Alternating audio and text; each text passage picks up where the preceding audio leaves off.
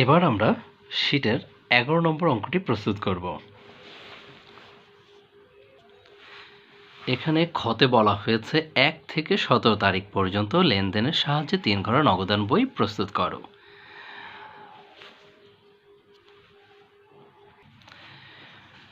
তাহলে 1 থেকে 17 তারিখের তথ্য নিয়ে নগদান বই প্রস্তুত করছি। তাহলে 1 তারিখে বলা হয়েছে হাতে নগদ 30,000 টাকা এবং ব্যাংকে জমার উদ্বৃত্ত 70,000 টাকা। তাহলে এক্ষেত্রে নগদ আমরা জানি যে এটা সম্পদ এবং ব্যাংক জমা এটাও সম্পদ, আর সম্পদের স্বাভাবিক ব্যালেন্স হচ্ছে ডেবিট ব্যালেন্স। তাই আমরা এই নগদ এবং ব্যাংক জমার এই দুইটা ব্যালেন্স আমরা ডেবিট দিকে বসাবো। তাহলে আমরা বসাচ্ছি ব্যালেন্স বিডি লিখে 30,000 এবং 20,000 টাকা। এরপর আমরা 5 তারিখে নগদে পণ্য বিক্রয় 30,000 টাকা। প্রথমে এই অংশটুকু আগে করব। তাহলে নগদে পণ্য বিক্রয় করলে কি হয়েছে, নগদ টাকা আসছে, তাহলে ডেবিট দিকে বসবে 30,000 টাকা, নাম হবে বিক্রয়। এরপর বলা হয়েছে এবং নগদে পণ্য ক্রয় 20,000 টাকা, তাহলে নগদ টাকা চলে গেছে, এই জন্য নগদের ক্রেডিট পাশে নাম হবে ক্রয়। অ্যামাউন্ট হচ্ছে 20,000 টাকা। যেহেতু নগদ থেকে চলে গেছে তাই নগদের ক্রেডিট পাশে। এবার 10 তারিখ 6,000 টাকার দেনা চেকে পরিশোধ করে 400 টাকা বাট্টা পাওয়া গেল। তাহলে দেনা ছিল 6,000 টাকা, কিন্তু আমরা বাট্টা পেয়েছি 400, তাহলে আমরা পে করেছি 5,670 টাকা। কারণ 6,000 টাকা পরিশোধ করতে গিয়ে 400 টাকা বাট্টা পেয়েছি, তার মানে আমরা 400 টাকা কম 6,000 থেকে, তাহলে 5,600 টাকা পে করেছি। কিভাবে পে করেছি? চেকের মাধ্যমে। তাহলে আমরা কি করব, যেহেতু চেকের মাধ্যমে পরিশোধ করেছি তাহলে ব্যাংক থেকে চলে গেছে, এই কারণে ব্যাংকের ক্রেডিট ঘরে 5,600 টাকা লিখব। তাহলে ব্যাংকের ক্রেডিট ঘরে 5,600 লিখেছি, আর যেহেতু বাট্টা তাহলে ক্রেডিট পাশে বাট্টাটা লিখে দিলাম, অর্থাৎ যে পাশে আমরা মূল টাকাটা লিখব সেই পাশেই বাট্টাটা লিখব। এটাই শুধু মাথায় রাখবো। বাট্টা পেয়েছি, বাট্টা দিয়েছি, এই রকম বিষয় কখনোই চিন্তা করব না। সেক্ষেত্রে এই বাট্টার বিষয়ের কারণে হিসাবে গন্ডগোল লেগে যেতে পারে। কেমন? এবার 14 তারিখ রাজনের নিকট থেকে 9,500 টাকার পূর্ণ নিষ্পত্তিতে 9,300 টাকার চেক প্রাপ্তি। তাহলে চেক পেয়েছি 9,300 টাকা, তাহলে ব্যাংকে আসছে 9,300 টাকা, আর যেহেতু পূর্ণ নিষ্পত্তি বলা হয়েছে অর্থাৎ 9,500-র মধ্যে আমরা 9,300 টাকা পেয়েছি, বাকিটা ছেড়ে দিয়েছি, তাহলে 200 টাকা বাট্টা। যেহেতু চেক পেয়েছি তাই ব্যাংকের ডেবিট ঘরে 9,300 আর বাট্টাটা সেই পাশেই লিখে দেব। কার কাছ থেকে পেয়েছি?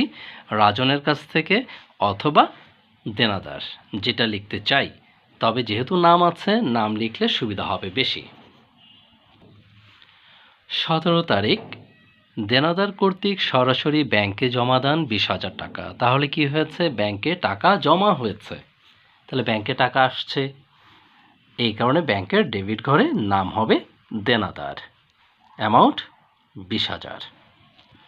যেহেতু আমাদেরকে বলেছে 1 থেকে 17 তারিখ পর্যন্ত, তাই আমরা 17 তারিখ পর্যন্ত করলাম। এখন আমরা কি করব? যোগ বিয়োগ করে ব্যালেন্স সিডি বিডি বের করব।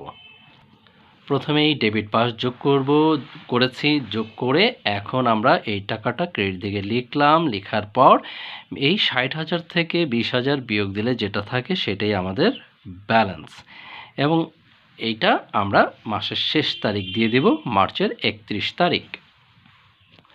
এখানে আমাদের ডেবিট পাশে আসলো 70,000, 9,300, 20,000, টোটাল 99,300 টাকা। প্রথম দিকে এটাকে আমি ভুলে লিখে ফেলেছিলাম 20,000, এখন এটা ঠিক করে নিয়েছি 70,000। এবার আমরা কি করব? 99,300 টাকা ক্রেডিট পাশে লিখলাম। লেখার পর এখন 99,300 থেকে 5,600 বিয়োগ দিব। বিয়োগ দিলে আসে 93,700 বসালাম। এটাই হচ্ছে আমাদের ব্যালেন্স সিডি।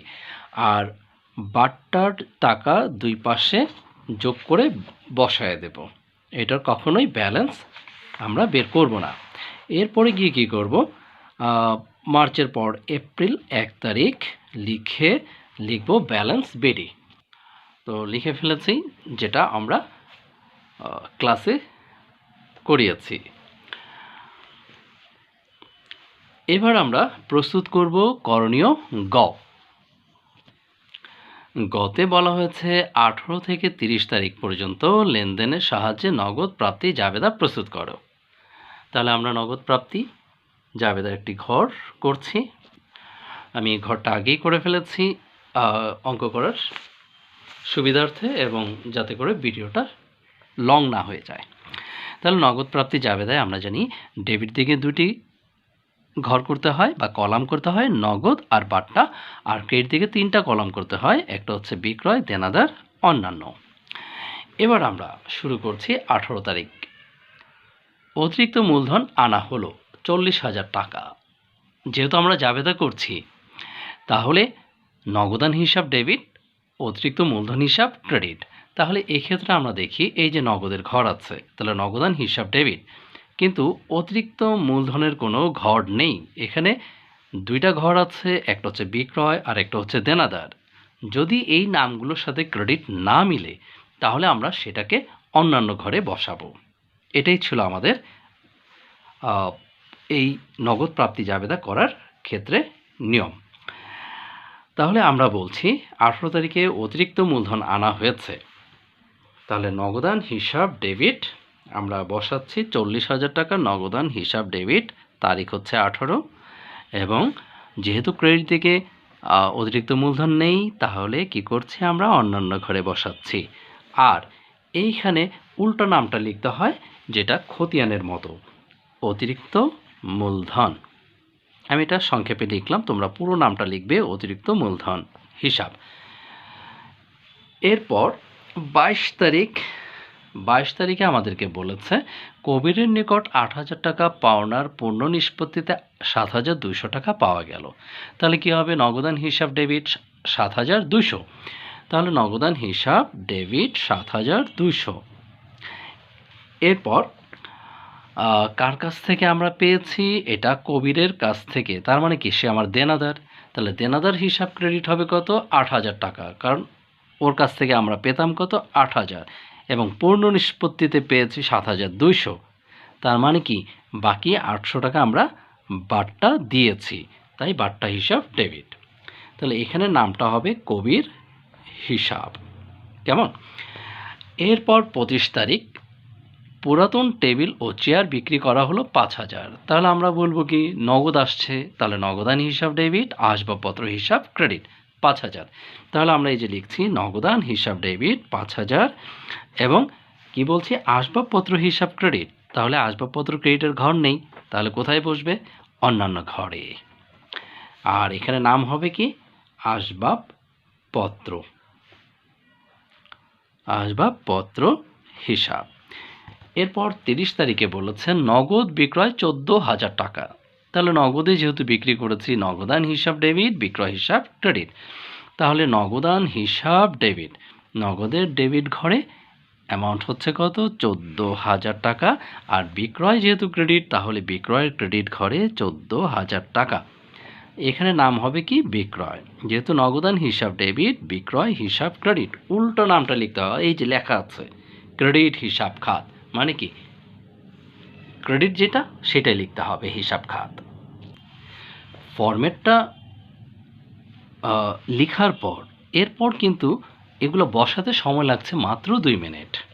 এখন আমরা কি করব, এগুলো সব যোগ করে এই ঘরে যোগফলটা বসাবো। তাহলে আমরা যোগটা বসায় ফেলেছি, সবগুলোর যোগফল, যার যার যোগফলটা বসালাম। বসাবার পর এখন আমরা কি করব, এই ডেবিট দিকের যোগফলটা করব। তাহলে ডেবিট দিকের যোগফলটা হবে, এই পর্যন্ত আসবে, এটা এখানে আসবে না। তাহলে এই দুটোর যোগফল হবে কত, 73,000 টাকা। তাহলে আমরা বসালাম, এবং এই তিনোটার যোগফল 14 আর 8 হচ্ছে 22, 22 আর হচ্ছে 45, টোটাল 73,000 হয়ে গেছে। ব্যাস, তাহলে আমাদের ডেবিট সাইড এবং ক্রেডিট সাইডের যোগফল মিলে গেল। তাহলে আমাদের হয়ে গেল 11 গ। এবার আমাদের বাকি আছে শুধুমাত্র 11 ক। বলা হয়েছে মার্চ মাসের শুরুতে আয়শা ট্রেডার্সের তরল সম্পদের পরিমাণ।